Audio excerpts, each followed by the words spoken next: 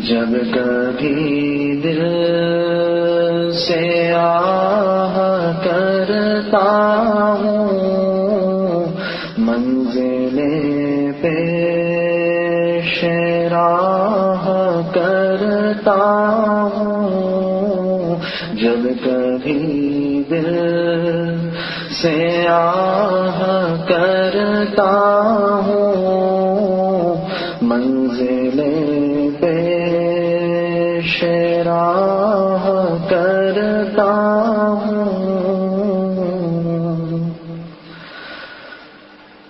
عشق کی نامراد وادی میں اپنے غم سے نباہ کرتا ہوں اپنے غم سے نباہ کرتا ہوں جب کبھی دل سے آہ کرتا ہوں منزلیں پیش راہ کرتا ہوں صبر کو شکوہ گلا کیوں ہے ضبط غم بے پناہ کرتا ہوں ضبط غم بے پناہ کرتا ہوں جب کبھی دل سے آہ کرتا ہوں گریہ عشق میں کیا ہے گریہ عشق میں کیا ہے گریہ خون بھیگا کرتا ہوں گریہ خون بھیگا کرتا ہوں جب کبھی دل سے آہ کرتا ہوں جب کبھی دل سے آہ کرتا ہوں منزلیں پیش راہ کرتا ہوں ساری خلقت سے دور ہو کے کبھی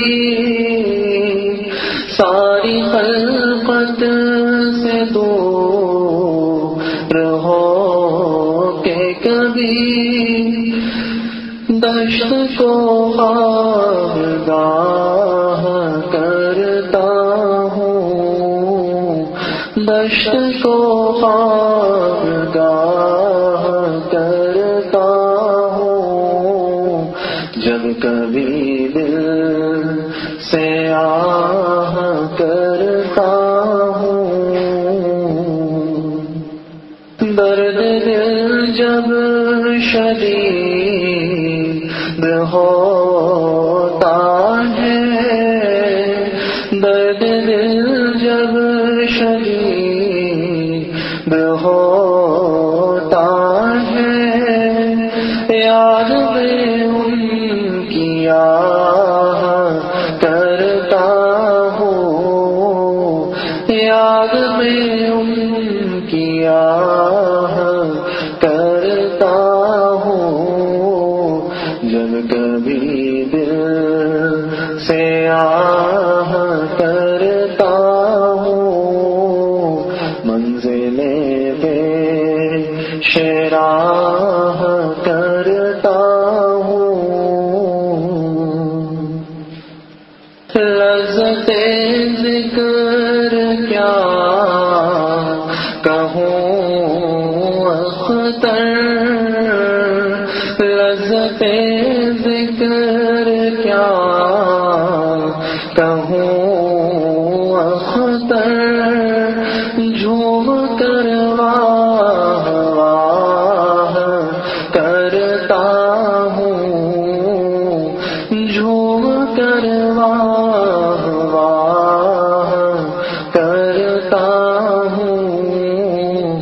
جب کبھی دل سے آہ کرتا ہوں منزل پہ شراہ کرتا ہوں.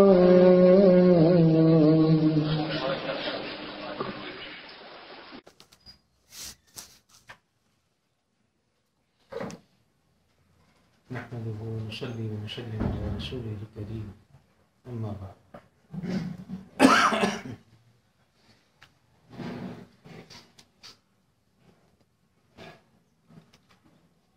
ابھی آپ نے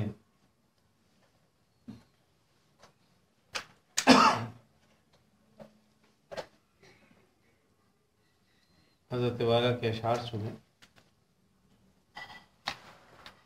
اصل میں اس کا لطف جب دوبالا ہوتا ہے جب حضرت والا کی زندگی ہمارے سامنے ہو کہ آپ نے کس طرح زندگی گزاری، اپنے شیخ کے ساتھ کیسے وقت گزارا. ابھی جو ایک کتاب شائع ہوئی ہے حال ہی میں، حضرت کے اس میں مختصر حالات ہیں، انہیں پڑھ کر اندازہ ہوتا ہے. اس کے بعد پھر آپ ان اشعار کو اگر پڑھیں گے یا سنیں گے تو میں نے الحمدللہ وہ پڑھے ہیں، اس لیے وہ سارے مناظر سامنے آ جاتے ہیں. آپ سوچئے کہ آج سے 60 سال پہلے، 70 سال پہلے حضرت والا ایک ایسے گاؤں میں، دیہات میں، کہ جہاں نہ بجلی تھی، نہ پنکھے تھے، نہ لائٹ تھی، نہ کوئی زندگی کی آسائشیں تھیں، چھوٹی سی جگہ تھی، گاؤں اور دیہات جیسی جگہ، نہ کوئی بہت بڑا مجمع لوگوں کا ہوتا تھا. اور وہاں ایک شیخ اپنے مرید کے ساتھ اور مرید اپنے شیخ کے ساتھ، جیسے کہ فرمایا نا حضرت نے کہ دشت کو خوابگاہ کرتا ہوں. کیا ہے تو آپ تصور کریں، جنگل میں خوابگاہ ہے ہماری، کوئی محل نہیں، کوئی فلیٹ نہیں، عیش و عشرت کی کوئی جگہ نہیں، بس وہ جنگل ہے اور اختر ہے، ستارے گن رہے ہیں. اور حضرت کا جو شعر عام طور پر آپ ذکر میں سنتے ہیں، اپنے ملنے کا پتہ کوئی نشان، یہ بھی حضرت نے اسی وقت فرمایا، اسی زمانے میں، کہ جب ستاروں پر نظر پڑتی تھی، دائیں بائیں کچھ بھی نہیں ہوتا تھا، تو یہ زبان سے میں شعر کرتا تھا کہ اللہ اپنے ملنے کا کوئی پتہ بتا دے، تجھ تک کیسے پہنچوں. اب آپ اندازہ لگائیے کہ جب یہ سارے حالات سامنے ہوتے ہیں، پھر ان اشعار کو آپ پڑھیں، سنیں، آپ یعنی عجیب سا سحر محسوس کریں گے کہ کس قدر تکالیف اٹھانے کے بعد اللہ تعالیٰ نے اس مقام پر پہنچایا. آج ہم چاہتے ہیں کہ بس کسی کے پاس جائیں اور جاتے بس آسمان پر اڑنے لگیں. اکثر لوگوں کا خیال یہ ہوتا ہے کہ کسی بزرگ کے پاس اگر چلے گئے بس چٹکی بجاتے مشکل حل، کاروبار چمک جائے گا اور جناب لوگ جو ہیں دھڑا دھڑ ہمارے گرویدہ ہو جائیں گے. یاد رکھیے کہ یہ اللہ کو پانے کے لیے ہے، یہ ان کاموں کے لیے نہیں. اللہ تعالیٰ اپنے فضل و کرم سے اگر اسے عطا فرما دے تو یہ ایک دوسری بات ہے، لیکن اپنی نیتوں کو درست کرنا چاہیے. اللہ والوں کے پاس جب آدمی آئے تو ان سے اللہ کو لینے کے لیے آئے، اللہ کا پتہ پوچھنے کے لیے آئے، اور اللہ کی معرفت سیکھنے کے لیے آئے. اپنی ذاتی خواہشات کی تکمیل، اپنے من کی مرادیں پوری کرانا، یہ مقصد نہیں ہونا چاہیے. اگر یہ مقصد ہے تو اس نے اپنا وقت ضائع کیا. یاد رکھیے ہمارے حضرت والا اللہ تعالیٰ ان کو کروڑ کروڑ کروٹ جنت نصیب فرمائے. حقیقت یہ ہے کہ ہم نے زندگی میں ان کی قدر نہیں کی، لیکن اللہ رب العزت نے فرمایا بھی کرتے تھے حضرت کہ دیکھو ابھی تم کس کے انتظار میں بیٹھے ہو، کہ کوئی جنید بغدادی آ جائے، کوئی حسن بصری ہو، کوئی شیخ عبد القادر جیلانی ہو. فرمایا ہر زمانے کا جنید بغدادی شیخ عبد القادر جیلانی الگ ہوتا ہے، جو ہیں ان سے فیض حاصل کر لو. اس انتظار میں اگر رہو گے کہ کوئی تگڑا پیر پکڑیں گے تو ساری زندگی بیٹھے رہو گے، یہ بھی رخصت ہو جائے گی. اس لیے اپنی اصلاح کے لیے کسی بھی اللہ والے سے رابطہ کریں، ان کی خدمت میں جائیں اور عقیدت مندی کے ساتھ جائیں، محبت کے ساتھ جائیں. لاجی بات ہے کہ یہ تعلق خالصتاً اللہ کے لیے، خالصتاً اللہ کے لیے، دنیا کے لیے نہیں، بلکہ اس کا مقصد ہی یہ ہے کہ اللہ تعالیٰ ہم سے راضی ہو جائے، اللہ تعالیٰ کی معرفت ہمیں حاصل ہو جائے، اللہ تعالیٰ کی محبت ہمیں مل جائے. اس کے بعد آدمی جب ذکر کرتا ہے تو حضرت فرماتے ہیں نا کہ ذکر کی لذت مت پوچھو، کہ جب ذکر کرتا ہوں تو بس ہرگاہ پھر کیا ہوتا ہے، واہ واہ، دل سے محبت کے ساتھ یہ نکلتا ہے کہ واہ مزہ آ گیا اللہ کا نام لینے، اللہ کا نام لینے میں مزہ آتا ہے. لیکن یہ تبھی آئے گا جب اللہ تعالیٰ سے آدمی لو لگائے گا، اپنے ہر کام کو اللہ کے لیے کرے گا، دنیا اپنے بیچ میں سے نکال دے. یقیناً دنیا ملے گی. فرماتے ہیں ہمارے کہ دنیا جتنی اللہ نے لکھ دی ہے تو مل کے رہے گی تمہیں، دنیا کہیں نہیں جاتی، وہ تو ملے گی تمہیں. لیکن ہم اپنی نیتوں کو صحیح رکھیں، انشاءاللہ جو ملنا ہے وہ مل کے رہے گا، اور جو نہیں ملنا رات دن ایک کر لو کچھ بھی نہیں.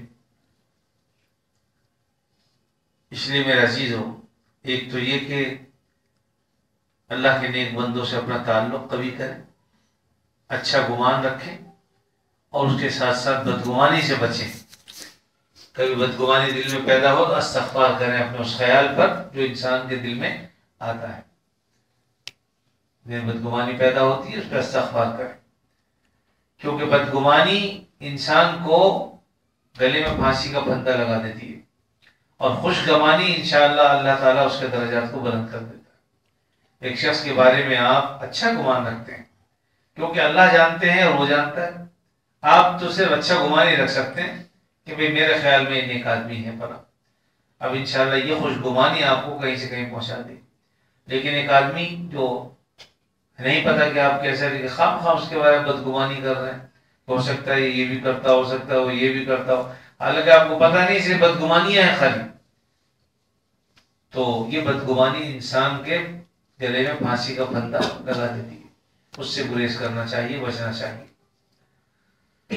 اور جو اللہ نے ہمارے ذمہ حقوق رکھے ہیں ان کی ادائیگی کی فکر کرنی چاہیے.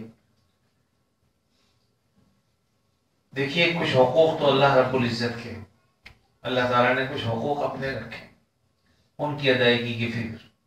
پھر اسی طریقے سے اللہ نے جو ہمارے رشتہ داریاں قائم کی ہیں ان میں والدین کے حقوق، بیوی بچوں کے حقوق، رشتہ داروں کے حقوق، ہم سفروں کے حقوق، پڑوسیوں کے حقوق، یہ سارے حقوق ہمارے ذمہ ہیں.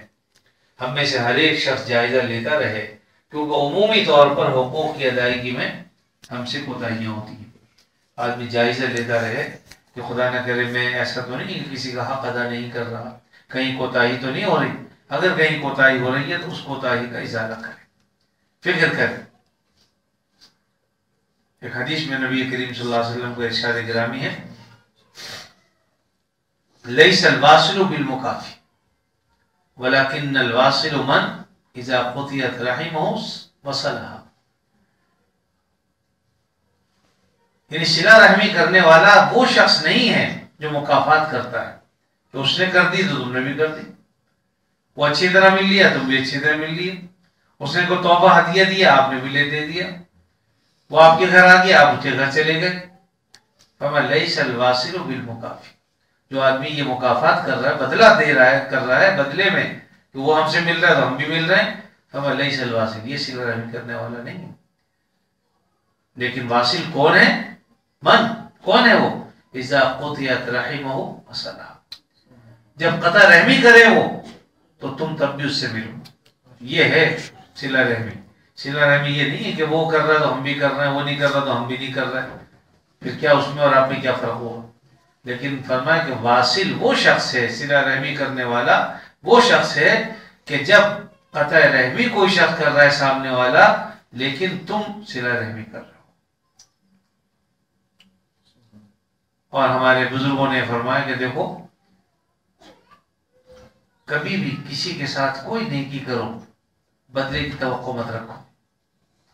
ساری پریشانی اس وقت ہوتی ہے کہ آدمی اس امید پر رہتا ہے کہ بھئی دو لفظ دو بول مل جائیں شکریہ کے، آپ نے اس کے ساتھ کچھ نیکی کا کام کیا، کچھ پیسے دیے، کچھ اس کی ضرورت پوری کر دی، اس نے شکریہ بھی ادا نہیں کیا۔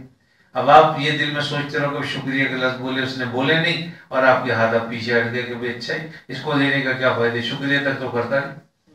اس کا مطلب یہ ہوا کہ آپ نے شکریہ کے لیے سب کچھ کیا، اللہ کے لیے تو نہ ہوا بھی۔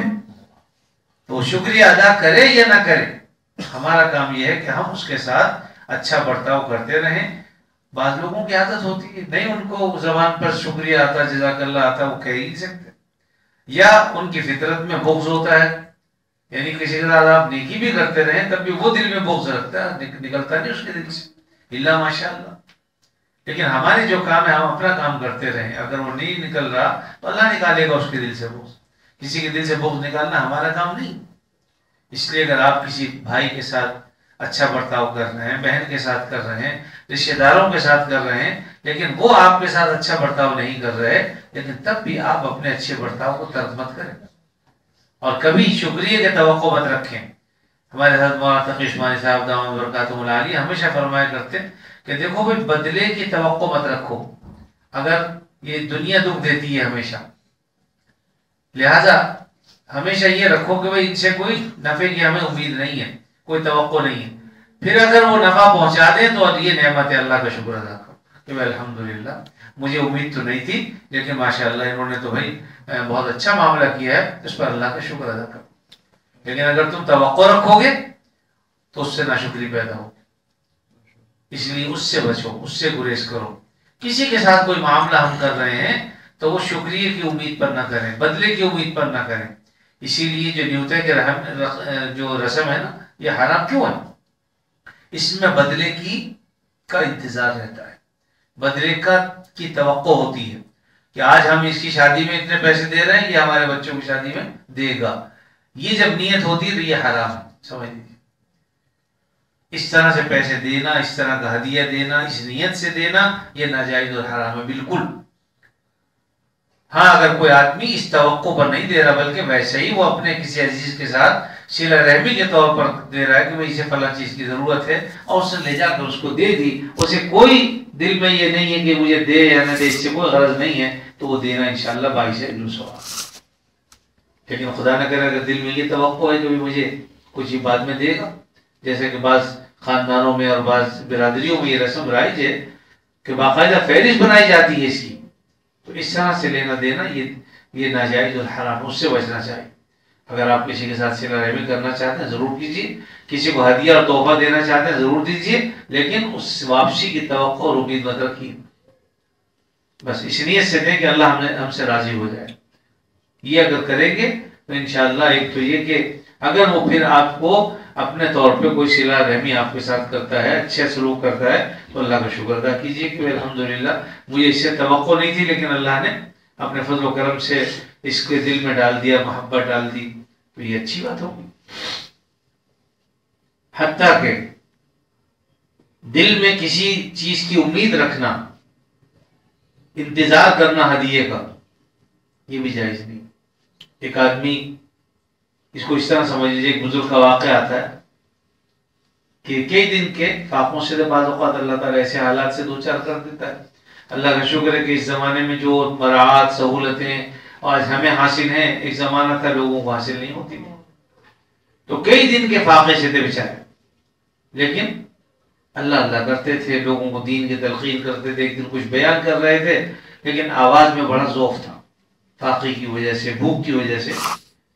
تو تعلق والوں میں سے ایک شخص نے اس ذوف کو محسوس کیا اور وہ اٹھا، مجلس سے اٹھ کے چلا گیا، اور جب مجلس ختم ہوئی تو ایک خوان لے کر آیا جس میں کھانا تھا، اور لا کر اس بزرگ کی خدمت میں پیش کیا۔ انہوں نے جب کھانا دیکھا منع فرما دیا کہ وہ لے جاؤ، میں نہیں کھاتا۔ تو ہماری طرح نہیں تھا کہ نہیں حضرت کھا لیں، لے لیں، ایسا کچھ نہیں۔ وہ خاموشی سے اس نے تھال اٹھایا اور سمجھ گیا کہ چونکہ شیخ کامل ہیں، کسی وجہ سے اگر انکار کر رہے ہیں تو کوئی وجہ ہوگی، ایسی نہیں کر، لے کے چلا گیا۔ اس کے لیے مسائل کا جاننا بھی ضروری ہے، مسئلہ اگر معلوم نہ ہو تو لے کے چلا جائے گا، دوبارہ آئے گا۔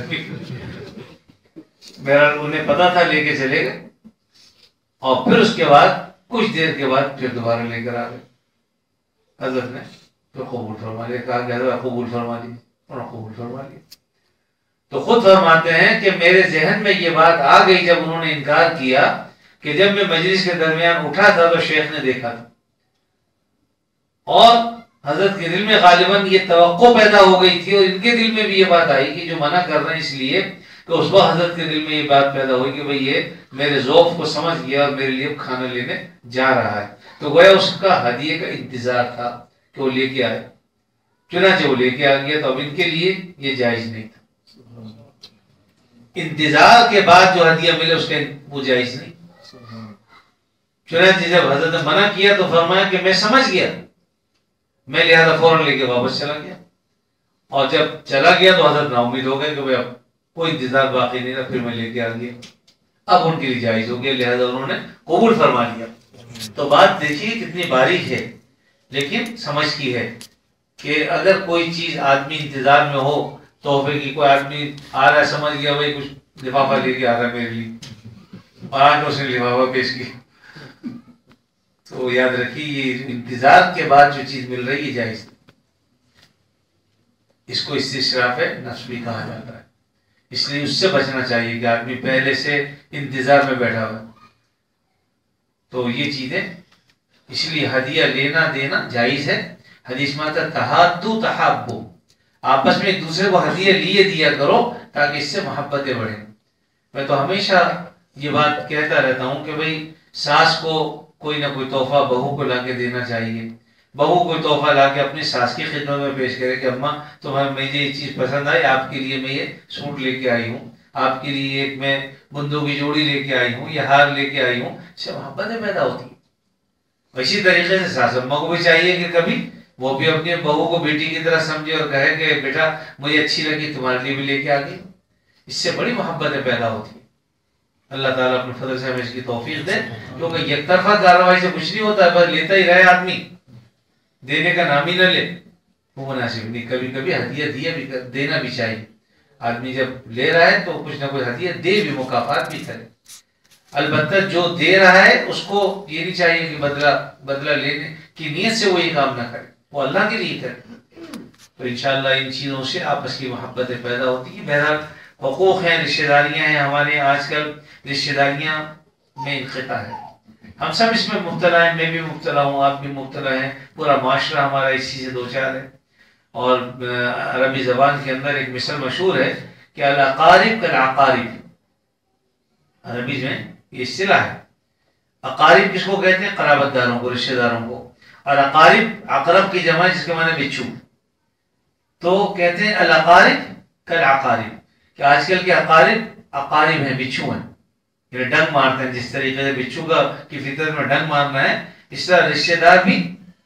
تو ہم نے بجائے اس کے کہ ہم جو ہے وہ ان کو اقارب قرابت داری سے اس کو لیتے، ہم نے ان کو بچھو سمجھ لیا، تو یقیناً وہ تو بچھو ماں ہیں اگر ہیں بھی، لیکن تم تو بچھو نہ بنو نا، ہم قرابت داری کا حق ادا کریں اور وہ جو چاہے اس کو کریں۔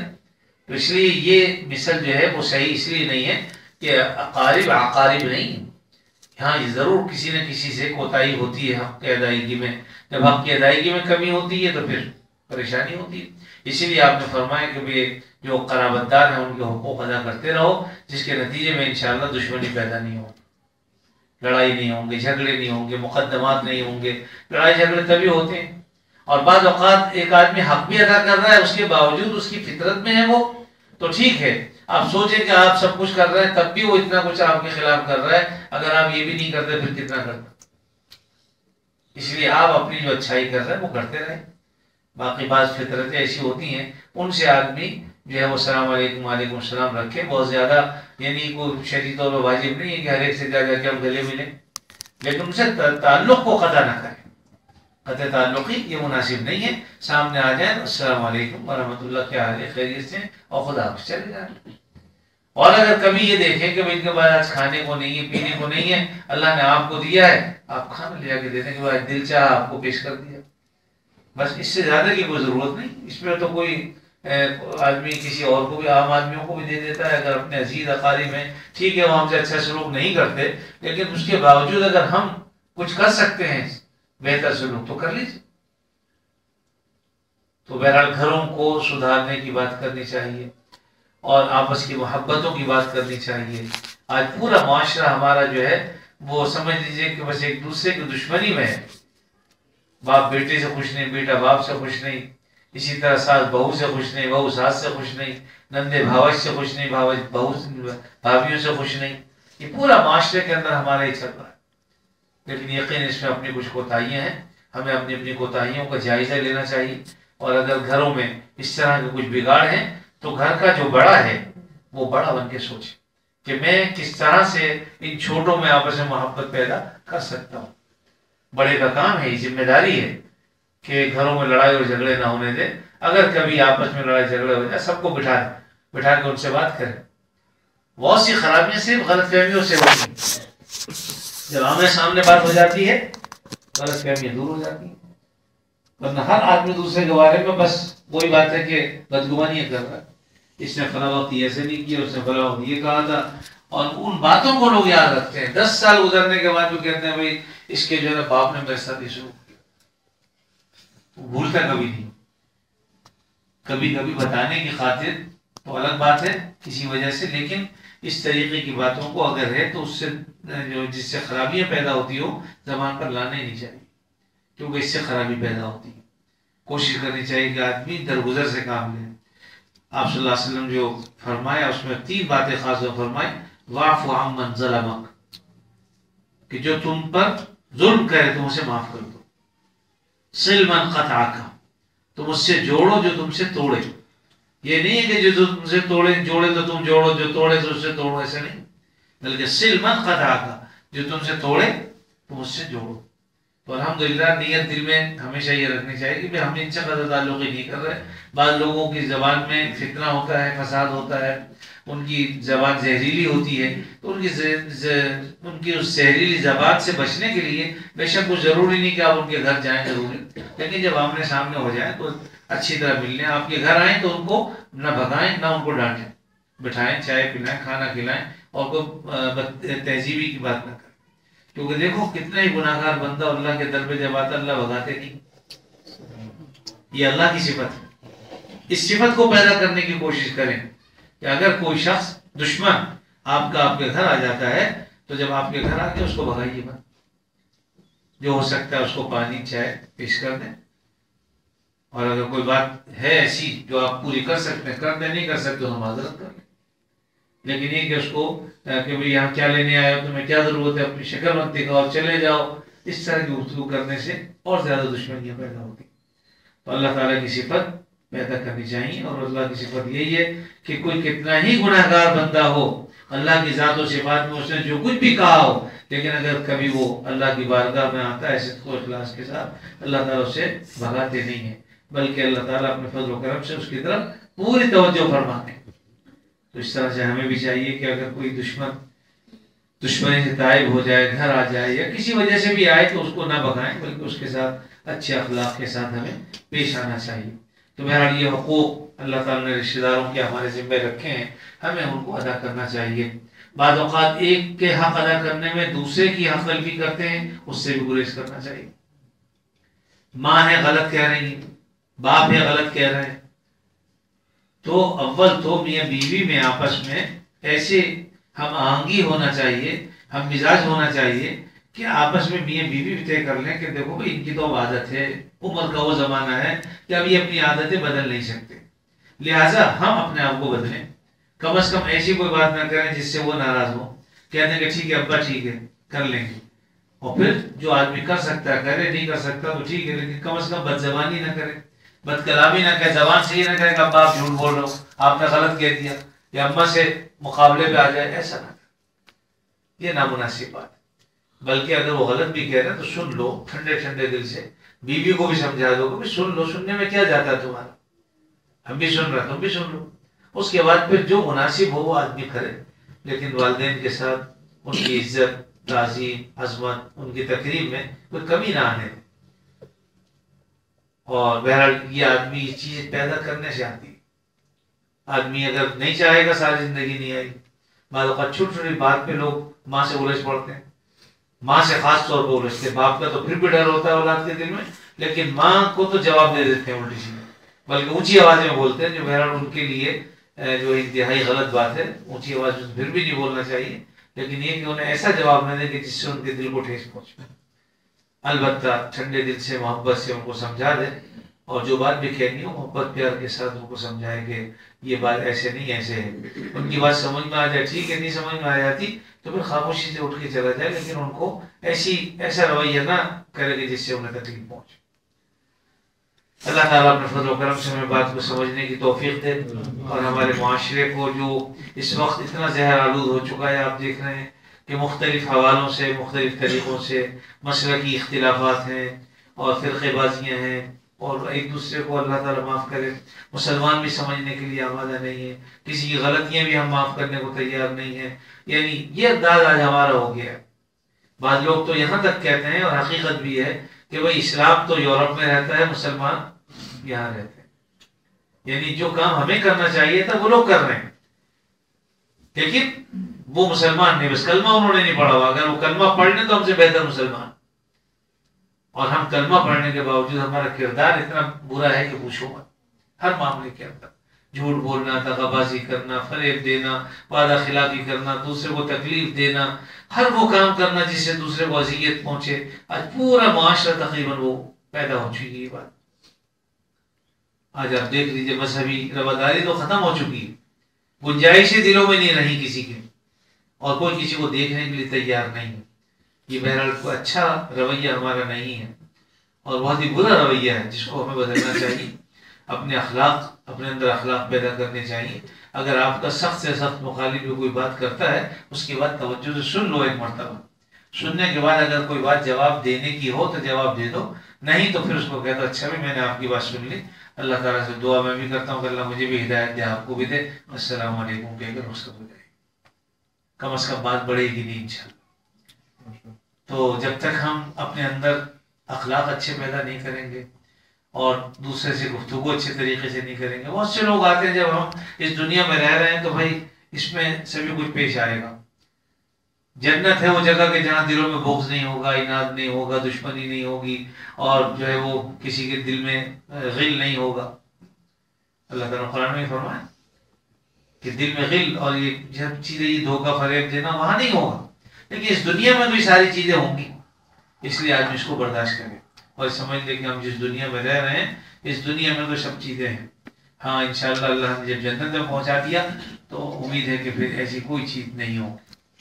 اللہ تعالیٰ اپنے فضل و کرم سے مجھے بھی، آپ کو اور تمام مسلمانوں کو عافیت دارین نصیب فرمائے، اچھے اخلاق کی توفیق دے، اور ان اخلاق کو اپنانے کی جہاں مردوں کو ضرورت ہے عورتوں کو بھی ضرورت ہے، بہتر سے بہتر طریقے پر اپنے کردار کو اچھا بنانے کی اللہ تعالیٰ ہم سب کو توفیق عطا فرمائے۔ وآخر دعوانا الحمدللہ۔